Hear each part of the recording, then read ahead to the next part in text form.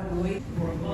Primeiramente, eu gostaria de agradecer a Deus, a Jesus, a oportunidade de estar aqui hoje, trazendo o estudo da noite, que é fruto de um material que foi pesquisado no Evangelho segundo o Espiritismo. Agradecer a Jesus a oportunidade de compartilhar com todos vocês essa reflexão e esse ensinamento. A mensagem da noite de hoje para a nossa reflexão é caridade. Vale a pena? O porquê desse tema? Nosso irmão Nilson trouxe há 15 dias atrás, mais ou menos, esse tema de forma muito clara, muito abrangente, e não poderia deixar de ser. O mês de dezembro se aproxima e o que acontece? Parece que nossos corações, parece que nosso ser vai ficando mais sensível, mais maleável, mais receptivo aos apelos da espiritualidade amiga, que está a todo momento nos inspirando, nos intuindo, mas que na maioria das vezes nós não ouvimos, nós não percebemos, nós não sentimos. Então, aproveitando esse momento único, anualmente, que é adentrando já o mês de dezembro, que segundo a espiritualidade, segundo Emmanuel, é o mês em que são enviados para o nosso planeta milhares e milhares de missionários celestes, de anjos celestiais, que vêm a serviço de Jesus amenizar o sofrimento da humanidade, através das suas vibrações de amor, através das suas vibrações de ânimo e de esperança, buscando tocar no coração de cada cidadão do planeta. É por isso que no mês de dezembro nós ficamos mais receptivos, porque nós recebemos essa influência desses irmãos celestes enviados no Cristo. E para o tema da noite, como o tema é caridade, vale a pena? E nós vamos tratar do que é a caridade, a etimologia da palavra. Nós vamos ver também onde está a noção real da caridade e a caridade moral e a caridade material. São esses três tópicos que nós vamos abordar. O conceito caridade, ele vem do latim caritas, que quer dizer amor. Caros, que quer dizer caro, querido, amado. Então, a etimologia da palavra é esse significado, amor. A caridade é o amor em ação, nada mais é do que o amor em ação.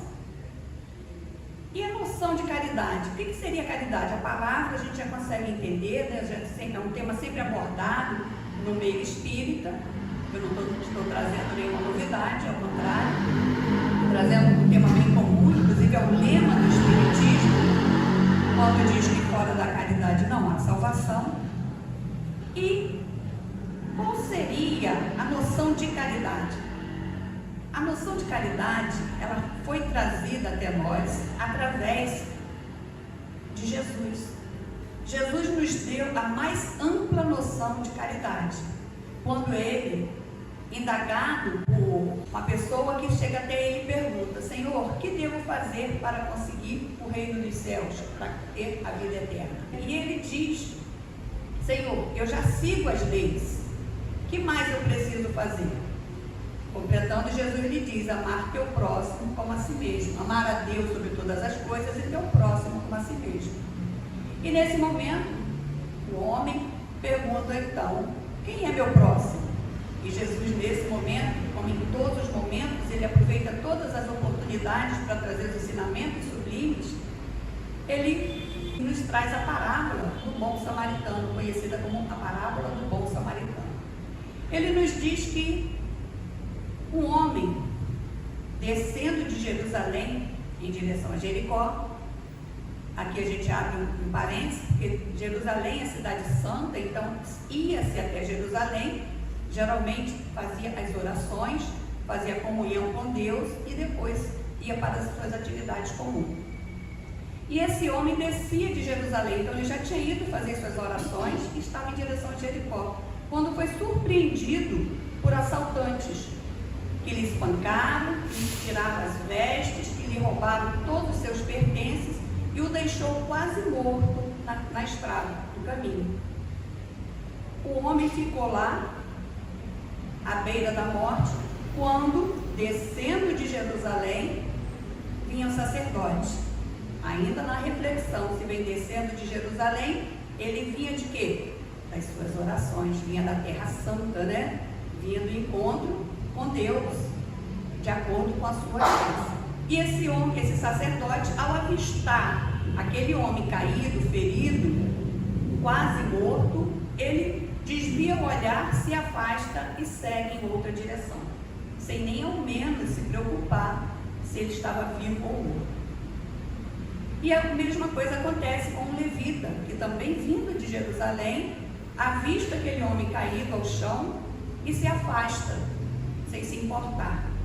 Ambos homens que são os representantes da lei divina. Mas vai passando em viagem, observe que no texto diz em viagem, ele não vinha de Jerusalém, portanto ele ainda não tinha ido, não consta no texto que ele tinha ido a Jerusalém ainda, diz que está em viagem, um samaritano. E o samaritano, ao ver aquele homem caído no chão, ele desce do seu animal, vai até o homem que está caído no chão, o acolhe, coloca vinho e óleo nas suas feridas, cuida dele, lhe dá os primeiros socorros. Em seguida, pega esse homem em seus braços e o põe em sua montaria e segue, provavelmente agora a pé, porque o homem está na sua montaria, e o conduz, esse homem ferido, quase morto, até uma hospedagem. E lá chegando, ele acomoda esse homem, cuida dele durante toda a noite, e no dia seguinte, ele, como ele estava em viagem e tinha alguma obrigação a fazer, algo importante também a fazer, ele dá 2 denários ao hospedeiro e fala para o hospedeiro: cuida dele, ver tudo o que precisa, e quando eu voltar, o que for a mais eu lhe pago. Então veja bem, o homem não só cuidou, ele ainda viu mais à frente o que poderia ser feito por aquele que necessitava. Ele não só acolheu e levou para um local de atendimento, ele ficou lá nesse local cuidando desse homem que precisava. Ele não só desceu da sua montaria, ele também cedeu a sua montaria. Ele tocou nas feridas, ele não se importou se o homem, qual era a religião, qual era a crença, o que aquele homem tinha feito para receber tão grave, né, agressão, se tinha provocado, se tinha sido vítima de assalto, ele não perguntou nada, ele apenas ajudou. Aí Jesus encerra a parábola fazendo a seguinte pergunta: quem foi o próximo do homem que foi assaltado? E aí, aqueles que ali estão ouvindo a mensagem de Jesus respondem: foi aquele que o ajudou, aquele que o acolheu e o levou para a hospedagem. Então Jesus diz: então esse é o teu próximo, aquele que está ali, que pode te ajudar, aquele que precisa de ajuda, esse é o próximo. Então a proposta de hoje é que a gente atente para que nós sejamos o próximo de alguém, assim como o bom samaritano foi o próximo do homem que foi assaltado, do homem que estava sofrendo dores físicas, dores financeiras. É ser o próximo de alguém.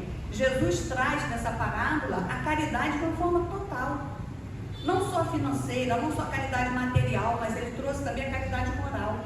O não perguntar, não querer saber os motivos que levaram o homem a isso, a tal situação, o prover as necessidades futuras desse homem.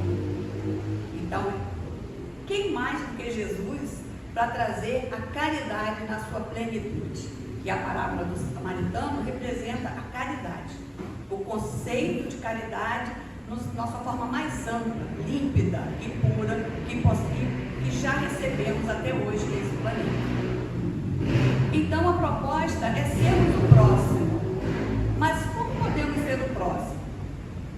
O Evangelho segundo o Espiritismo obras da doutrina espírita, Pentateuco espírita, ela traz ensinamentos sublimes.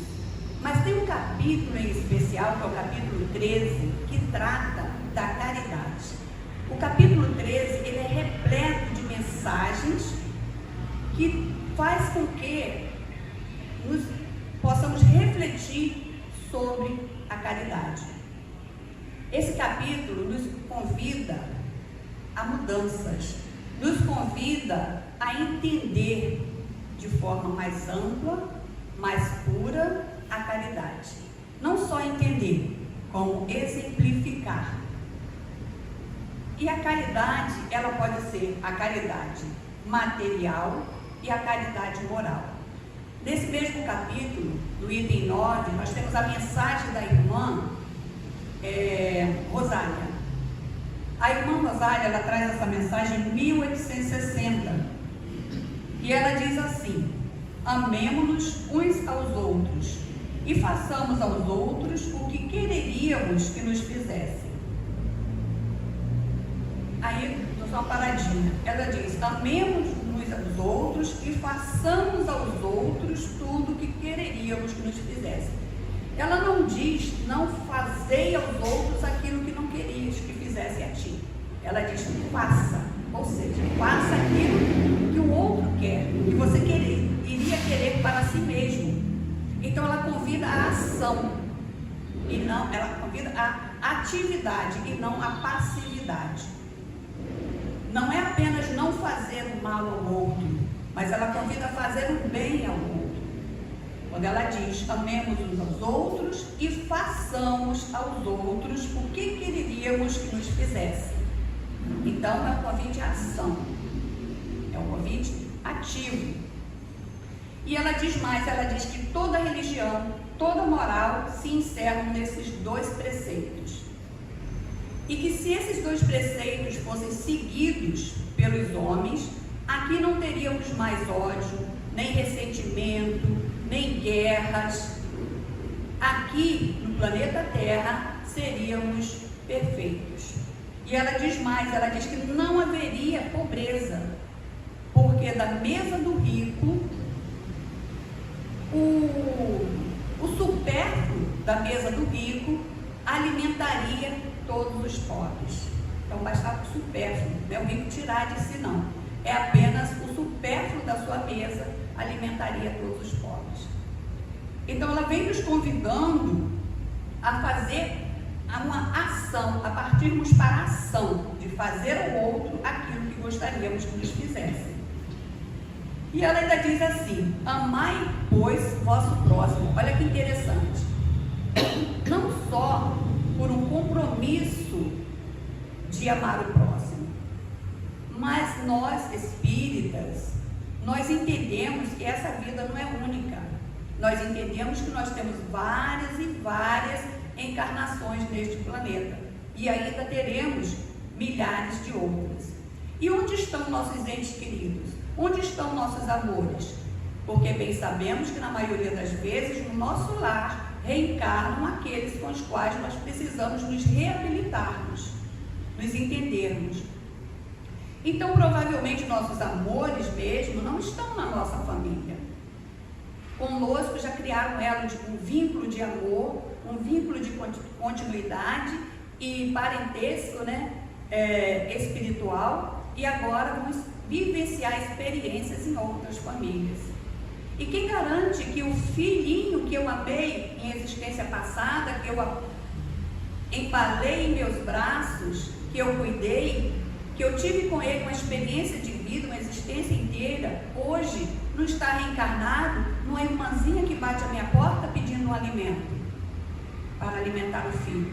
Quem garante que esse filho não é o meu filho da existência passada? Ah, mas deve reencarnar na mesma família? Não necessariamente. Reencarna na mesma família para quê? É para evoluir, é para amar os inimigos.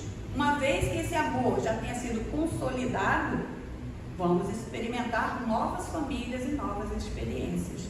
E a irmã Rosália diz assim: amai, pois, ao vosso próximo, amai como a vós mesmos, pois sabeis agora que esse infeliz que referis é, talvez, um irmão, um pai, um amigo, que afastais para longe.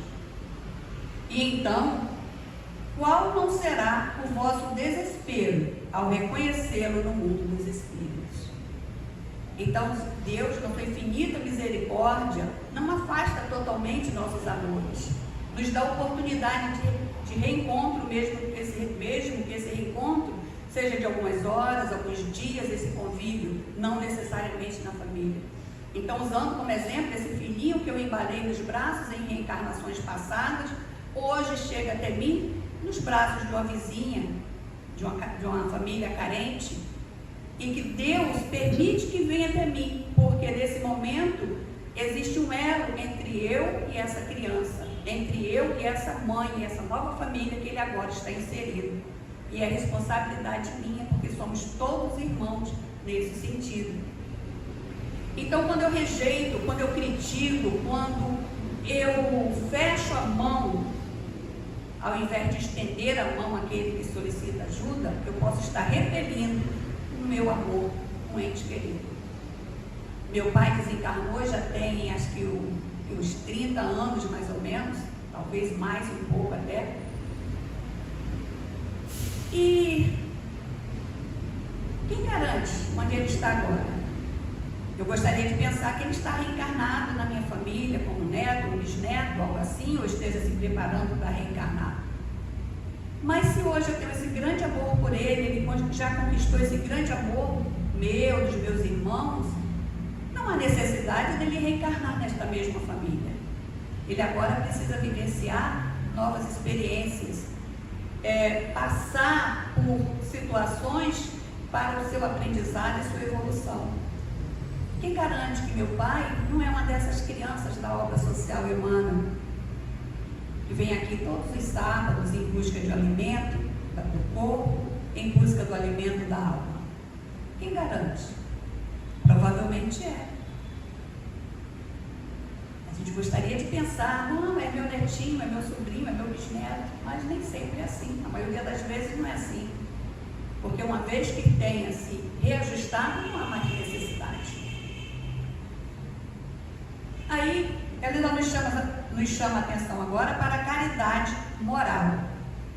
A caridade moral consiste em vos suportardes, ou seja, nós nos suportarmos uns aos outros.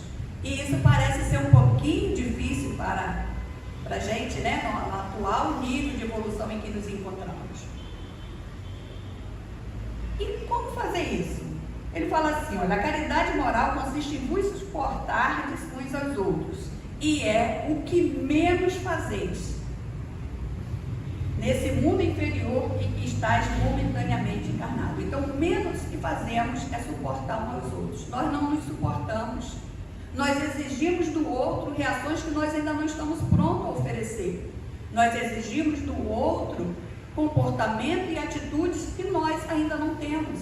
Nós cobramos do nosso semelhante aquilo que não fazemos e não suportamos, porque o nosso semelhante é o nosso espelho. Quando olhamos para o próximo e vimos o que ele não está fazendo de certo, é porque nós também não fazemos. Quando olhamos para o nosso semelhante e vimos aquilo que ele está fazendo de errado, é porque nós fazemos. Então é preciso aprender a conviver, essa é a caridade moral. E para a caridade moral, nesse capítulo ainda, né, a irmã Rosário já fala assim, é preciso calar, é preciso saber calar. Por quê? Para que deixe alguém mais tolo que você falar. Está lá no livro Evangelho segundo o Espiritismo, capítulo 13, é preciso calar para que alguém mais tolo fale. Porque esse alguém precisa também experimentar, precisa também vivenciar, precisa também externar suas emoções e sentimentos. Então é preciso calar, é preciso ser surdo. Está lá no livro do Evangelho, tá? Não estou criando palavras que são palavras minhas, não. É necessário ser surdo para não dar ouvidos a palavras irônicas, para não dar ouvido à maledicência, para toda vez que alguém chegar, se aproximar de você para elucidar, para trazer à tona o problema de alguém, a falha de caráter de alguém, o desvio de alguém, é preciso ser surdo para não ouvir, para desviar o assunto, para não entrar nesse contexto. É preciso ser surdo para não ouvir essas influências, tanto de encarnados quanto desencarnados, e também não sermos essa influência, não sermos aquele que vai levar a maledicência, a crítica e o mal falar do nosso semelhante. Muitas vezes nós estamos diante de um obstáculo grande, de uma montanha, né? Ou vamos dizer assim, estou diante desse púlpito aqui, vejo, opa, tem um obstáculo aqui, tenho que proceder diferente para passar, não vou conseguir passar através dele, então eu tenho que contornar esse obstáculo, ou seja, tenho que agir de forma diferente, porque esse obstáculo vai atrapalhar a minha vida, a minha evolução, o meu objetivo. Então eu reconheço um obstáculo grande e contorno e sigo adiante. Mas os obstáculos pequenos, aqueles que vêm através de uma palavra, de uma brincadeira, através de uma ironia, através de uma maledicência, esses são aqueles obstáculos pequenininhos que a gente não enxerga, são as pedrinhas, e é aí que nós tropeçamos, aí nós não enxergamos, e o nosso caminho está repleto de obstáculos pequenos, porém gigantescos. Obstáculos que são trazidos ao nosso encontro a toda hora, seja através de pessoas amigas, de pessoas queridas, seja através de desafetos, seja através da mídia.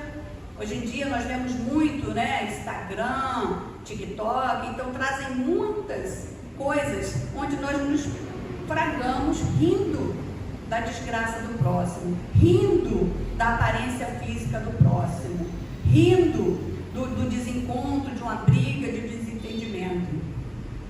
Então, esses pequenos obstáculos, mas que são gigantescos, impedindo a nossa evolução, eles estão repletos em nosso caminho. E eles são difíceis de enxergar, porque nós estamos nesse contexto. Nós também nos fazemos obstáculos ao desenvolvimento dos nossos entes queridos, dos nossos semelhantes, dos nossos irmãos. Então ele fala, para a caridade moral é necessário saber calar, saber ser surdo e outro detalhe, saber ser cego. É necessário ser cego. Como ser cego? Como assim? Ser cego é caridade moral? Sim. Ele fala, não vê o sorriso desdenhoso de alguém que se sinta superior a você. Não vê a falha do próximo. Não discutir a falha do próximo. Isso é saber ser cego. E isso é caridade. Você perceber, ser cego para o outro que se sente superior a você, não é humildade, é caridade. Ela deixa bem claro isso lá no Evangelho segundo o Espiritismo. É a caridade.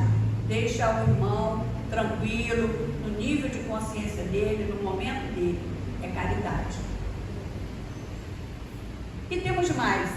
Ainda nesse mesmo capítulo, o espírito que se identifica como um espírito protetor, na sua mensagem em 1860, ele nos diz assim: algumas pessoas nos dizem, como posso fazer a caridade? Eu não tenho nem emprego, não tenho nem o necessário para mim mesmo, não trabalho, estou desempregado, minha casa não tem nada, não tem nenhum supérfluo, mas como eu posso fazer a caridade?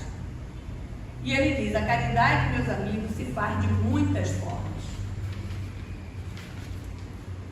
A caridade em pensamento é aquela caridade que se faz orando por aqueles que necessitam de ajuda, orando por aqueles que nos traz a maledicência, orando por aqueles que se sentem superior a nós, orando por aqueles que estão na posição de liderança, que pode ser confundido na sua jornada, que pode cair nessa jornada, orando por todos aqueles nossos irmãos que, como nós, estão vivenciando experiências neste planeta. Essa é a caridade do pensamento. Tem a caridade em palavras também, que ele diz aqui, o Espírito Protetor. ele fala assim, olha, dirigindo aos vossos companheiros de todos os dias alguns bons conselhos. Dizei aos homens amargurados pelo desespero, pelas privações que blasfemam contra o nome do Altíssimo. Eu era como vós, sofria, era infeliz, mas acreditei no Espiritismo, e vede, hoje sou feliz. Aí vamos abrir outro parênteses. Olha a importância que ele dá aqui ao acreditar no Espiritismo. Que a proposta do Espiritismo não é fazer prosélitos. A proposta do Espiritismo é que cada um vá buscando, de acordo com o seu desenvolvimento, de acordo com a sua necessidade, esse conhecimento e vir beber dessa fonte cristalina. Mas ele dá uma noção aqui um pouco mais ampla, quando ele diz, e até aquele que sofre, né, aquele homem amargurado pelo desespero, pelas privações, até aqueles que blasfemam contra Deus, e falar a ele sobre o quê? Sobre o Espiritismo. Levar o conhecimento dessa doutrina maravilhosa, essa doutrina consoladora, essa doutrina reveladora até esses irmãos. E ele fala mais aos idosos que vos disserem, é inútil, eu estou no fim da vida, morrerei como vivi. Devemos dizer, lembrai-vos dos trabalhadores da última hora. Há trabalho para todos. Sempre tem oportunidade de trabalho para todos na seara do Cristo. E ele fala também aos pequenos já viciados pelas más companhias, nós devemos dizer, Deus vos vê. Quando encontrarmos um jovem envolvido no vício, seja da bebida, seja das drogas, como crack ou qualquer outra, que são bem difíceis de se retirar, devemos dizer a ele sempre, Deus vos vê. Deus está cuidando de você, Deus está ao teu lado. Mesmo que naquele momento ele não se importe, ele não queira saber, ele ria, deboche, se acha superior, acha que você não está bem da cabeça, mas não importa, leve essa mensagem do amor de Deus até esses irmãos. Isso é caridade. É a caridade moral. Aí tem mais, essa daqui eu gosto bastante, tem a mensagem também ainda nesse capítulo, da irmã que se identificou como Cárita, caridade. E ela foi martirizada em Roma, e a mensagem é de 1861. Ela diz assim, chamo-me Caridade, e sou o caminho principal que conduz a Deus. Então, o Espiritismo diz, fora da caridade não há salvação. E Caritas, essa mensagem desse Espírito, ela vem dizer que a caridade é o caminho principal que conduz a Deus. Não existe outro. Não existe outro caminho. Amar a Deus sobre todas as coisas e o próximo como a si mesmo. É necessário amar o próximo. Não tem outro jeito. Amar a si mesmo não vai levá-lo em direção a Deus. É necessário amar o próximo. Amar a si mesmo faz parte do processo. É o conhecimento do amor. Agora, amar o próximo é fundamental e imprescindível para chegar a Deus. E ela fala assim, segue-me, pois eu sou o objetivo que deveis alcançar. Fiz esta manhã o meu passeio habitual e com o coração angustiado venho dizer-vos, meus amigos, quanta miséria, quantas lágrimas, quanto tendes a fazer para secá-las todas. Aí, de novo, vamos pegar aqui, ela fala assim, quanto tendes a fazer para secar essas lágrimas. A Caridade diz que fez uma ronda, um passeio pela manhã e viu muito sofrimento, muita dor, muitas lágrimas. E ela diz, quanto tendes a fazer? Ou seja, quanto trabalho nós temos. Ela não disse que o trabalho é daquele que chora, o trabalho é nosso. Ela chama atenção, quanto tendes a fazer para secá-la? Então ela vê que o trabalho é grande. E ela fala assim, em vão tentei consolar as pobres mães, dizendo-lhes ao ouvido, coragem, há bons corações que velam por vós e que não vos abandonarão. Paciência. Deus existe e vós sois suas amadas, suas eleitas. Olha só, dizer para essas mães que estão morando em casebres, que estão passando fome nas ruas com seus filhos, às vezes 3, 4 crianças, dizer que elas são eleitas de Deus, dizer que Deus confiou a elas o bem mais precioso, que é o filho. Elas, continua a Cárita, elas pareciam ouvir-me e voltavam para mim os seus grandes olhos ansiosos. Eu lia em seus pobres semblantes que o corpo, esse tirano do espírito, tinha fome, e que, se as minhas palavras tranquilizavam um pouco os seus corações, não lhes saciavam o estômago.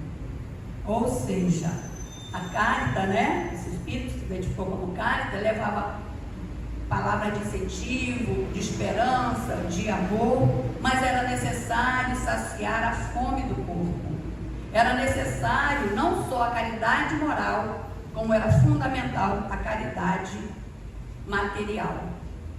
Porque nós somos espíritos vivenciando no corpo físico, portanto temos necessidades físicas, necessidades para manter o nosso corpo.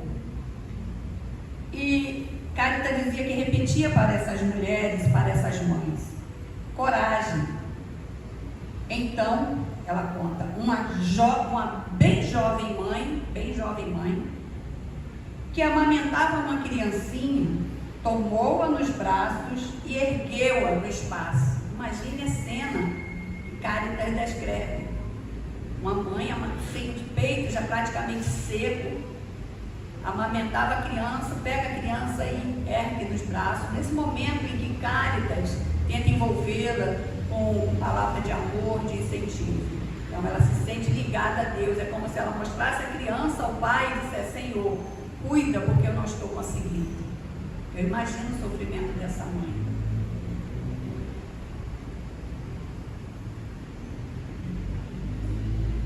Como ergueu a criança no espaço vazio, como a pedir-me que protegesse aquele pobre e pequeno ser que tomava no seio estéril apenas um alimento insuficiente.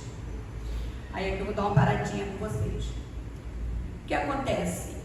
Nós temos o Centro Espírita Luz de Tiago, nós temos a obra social Emmanuel, que funciona aqui há mais de 30 anos. Eu já estou nessa obra, acho que já tem uns 20 e poucos, não sei direito. E um fato interessante aconteceu ontem à noite. Eu estava até ajudando uma pessoa que estava com dificuldade, tentando localizar uma outra pessoa que a gente não estava conseguindo encontrar. E no Face entrou uma pessoa que começou a me chamar, porque eu entrei no Face para ver se eu achava alguém que tivesse um telefone desse alguém. E entrou uma pessoa que começou a me chamar. Aí eu fui ver quem era. Era um jovem, ele tem hoje aproximadamente uns 22, 21 anos.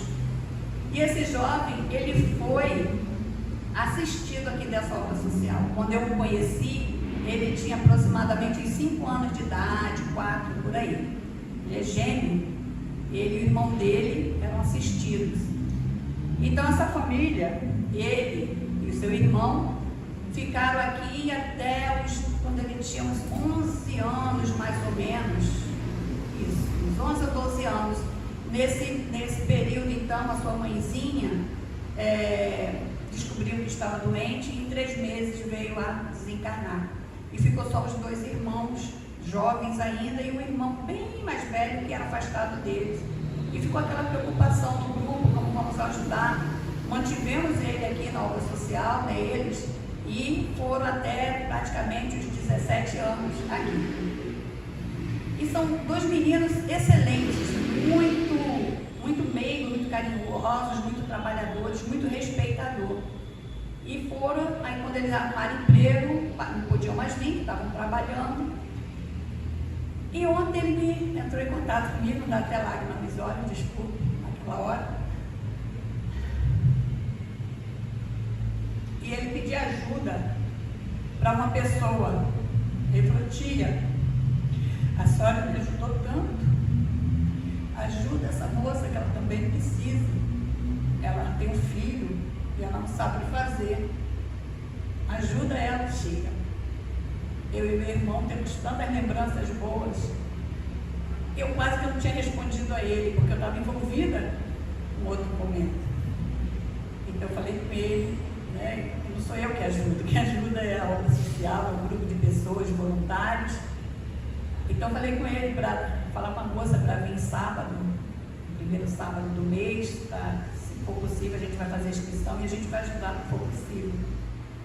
Mas aquele menino me levou assim, me fez aquela jornada de 10, 15 anos passar assim na mente da gente, né? Porque parece que a gente não está fazendo nada, a impressão que dá é esse. Porque muita gente critica o trabalho de vocês, isso, o trabalho aquilo, está dando para quem não precisa, mas tem os que precisam.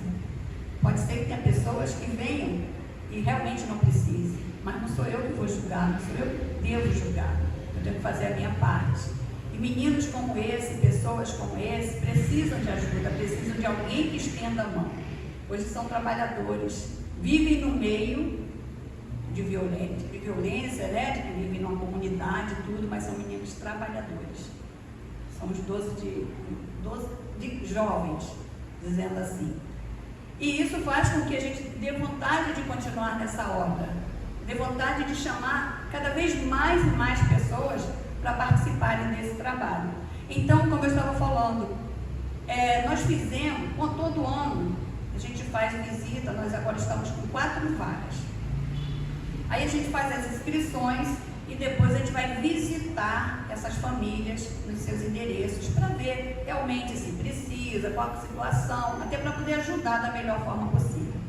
E aí eu trouxe aqui para que vocês vejam um pouquinho, para que vocês compartilhem comigo um pouquinho, uma das visitas que nós fizemos, tá? Eu vou passar aqui para a gente.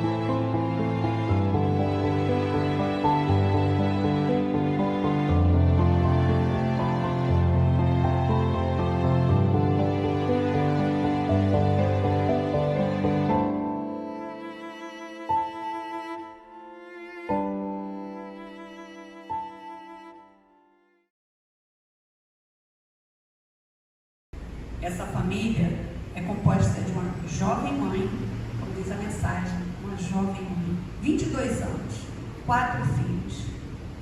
Mora numa casa onde o esgoto é na porta da casa, não é o esgoto da casa dela, são das outras residências. O esgoto é ali na porta. E esses 4 filhos, não, né, porque ainda é um bebezinho, passam por ali, brincam ali, respingam aquele local insalubre nessas crianças. Aí eu fico pensando, como eu falei, quem sabe o Brian é meu pai. Então eu tenho obrigação de ajudar, eu tenho o dever de ajudar. Quem sabe a Isabela, de 8 meses, que no dia da visita estava internada devido à infecção, provavelmente causado pelo local onde vive, quem sabe não é minha mãe que reencarnou lá e hoje eu tenho a oportunidade de me aproximar dela. Então é responsabilidade minha, porque nós somos uma família universal. É responsabilidade de cada um de nós. Assim como Caritas falou, ela incentiva, dando força, pensamentos de amor, de carinho, de resignação. Mas cabe a nós cuidar do corpo também. Cuidar do alimento, cuidar da manutenção das vestes, cuidar da escola, ajudar o máximo possível essas crianças. Essa família, 22 anos, gente, alguém lembra dos 22 anos aqui? O que vocês estavam fazendo aos 22 anos? provavelmente aproveitando, né, praias, divertimento, cinema. Essa mulher com 22 anos, essa jovem mãe, cuida de 4 crianças, o mais velho, 6 anos, né?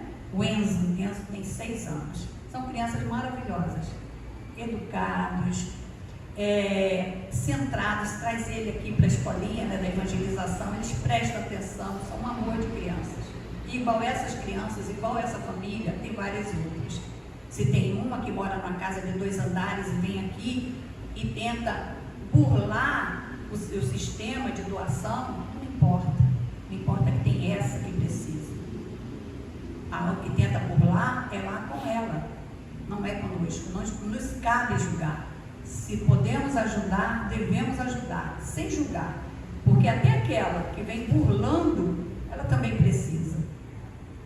Ela precisa de ver que ela foi aceita, de ver que ela é bem tratada, de ver que ela é respeitada. E uma hora a consciência dela vai fazer com que ela desperte. Temos aqui mães que foram assistidas e hoje trabalham como voluntárias, cuidando, limpando, doando, conseguindo doadores, conseguindo padrinhos para essas crianças, que agora vem o Natal. Aí a Cláudia fez uma pergunta: já temos padrinhos para essas crianças? Temos. Todas as crianças estão apadrinhadas, são 121 crianças, todas estão apadrinhadas.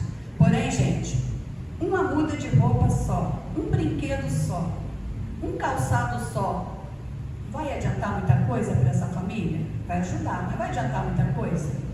Então a gente está lutando pelo 2º apadrinhamento e, se possível, o 3º apadrinhamento, para que cada criança dessa tenha pelo menos 3 mudas de roupa para durar o ano todo. Muda de roupa nova, usada, a gente consegue aqui.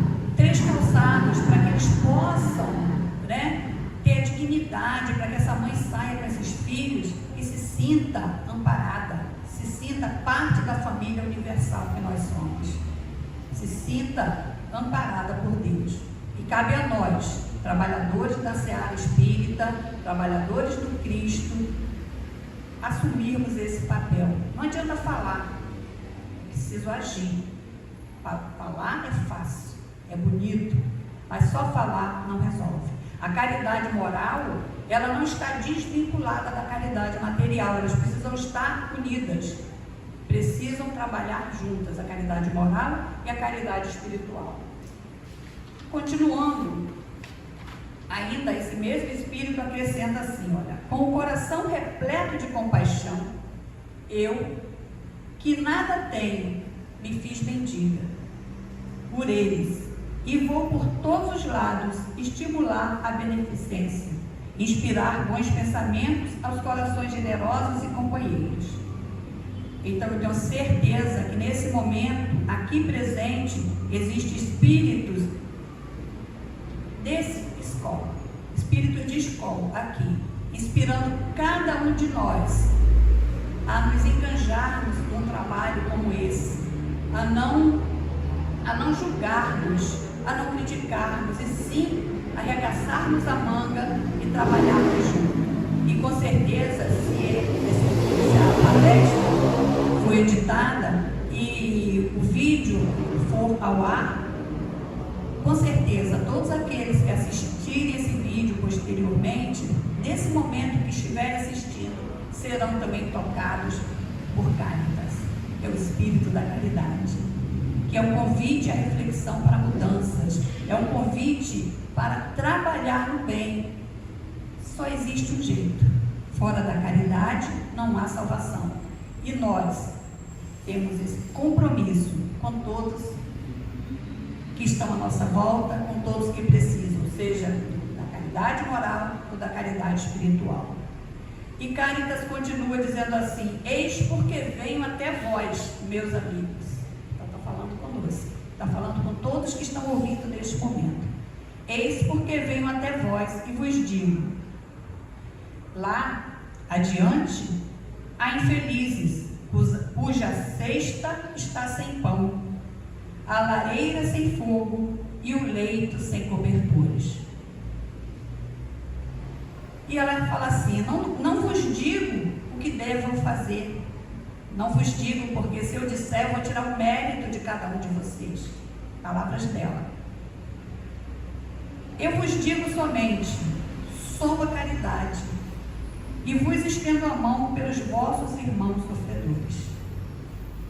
Então, nesse momento, eu assumo também as palavras de Cáritas e me faço mendiga, pedinte. Eu imploro a vocês que estão, a vocês que estão ouvindo, assistindo esse vídeo, estenda a mão a todos aqueles que necessitam, estenda a mão ao irmão, se enganje num trabalho social.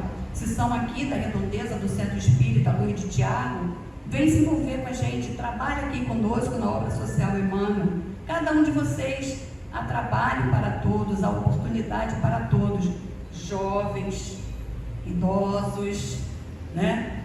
Trabalhadores ativos, sempre tem um tempo, porque nós não podemos só vislumbrar que um dia poderei ajudar, um dia terei condições financeiras, um dia terei saúde, um dia. Porque pode ser que amanhã sejamos nós a estendermos a mão. Então façamos hoje a nossa parte, façamos hoje o melhor de cada um de nós. Essa é a proposta do tema de hoje, mas eu vou encerrar por aqui, mas vou deixar um vídeo para que nós possamos assistir. Mas desde já, quero agradecer a todos que ouviram, que prestaram atenção, e já agradecendo antecipadamente aqueles que quiserem apadrinhar, o segundo apadrinhamento, o terceiro, se possível, se envolvam. Eu não posso, mas eu tenho uma vizinha que pode, eu tenho um vizinho que pode, eu tenho um comerciante, eu tenho um parente que está mais afastado financeiramente, vou levar até ele essa proposta, até ela. Quem sabe eu só posso apadrinhar um? Ótimo, apadrinha um. Minha família eu só consigo dar o calçado. Então vê se a filha consegue dar roupa, vê se o outro parente consegue dar, junta os três para apadrinhar um. Mas vamos fazer alguma coisa, vamos aproveitar o momento, porque estamos encarnados agora e precisamos ajudar agora. Então, muito obrigada a todos. Eu vou deixar o vídeo passando, tá bom? Logo em seguida nós fazemos a parte final do nosso trabalho de hoje.